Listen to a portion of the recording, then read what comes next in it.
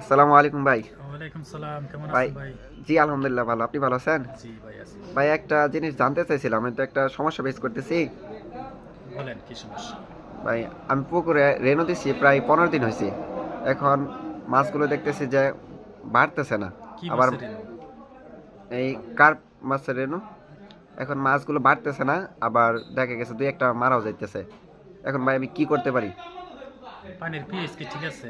হ্যাঁ ভাই চেক করছি, এটা ঠিক আছে। অ্যামোনিয়া? হ্যাঁ এমনই চেক করছি, ঠিক আছে। এখন কি সাজেশন দিতে পারেন আমার জন্য?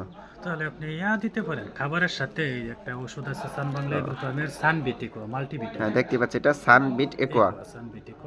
এটা দিলে কি উপকার আসবে? এটা আপনার মাছের বৃদ্ধি ঘটবে, তাড়াতাড়ি বৃদ্ধি হবে, মাছের বৃদ্ধি পাবে আর ওই মাছের যে মৃত্যুর হ্রাস কমাবে। আচ্ছা আচ্ছা, এটা আপনি তাহলে তো এটা আমার খাবারের জন্যই। সাথে প্রতিদিন একবেলা করে দিতে পারেন।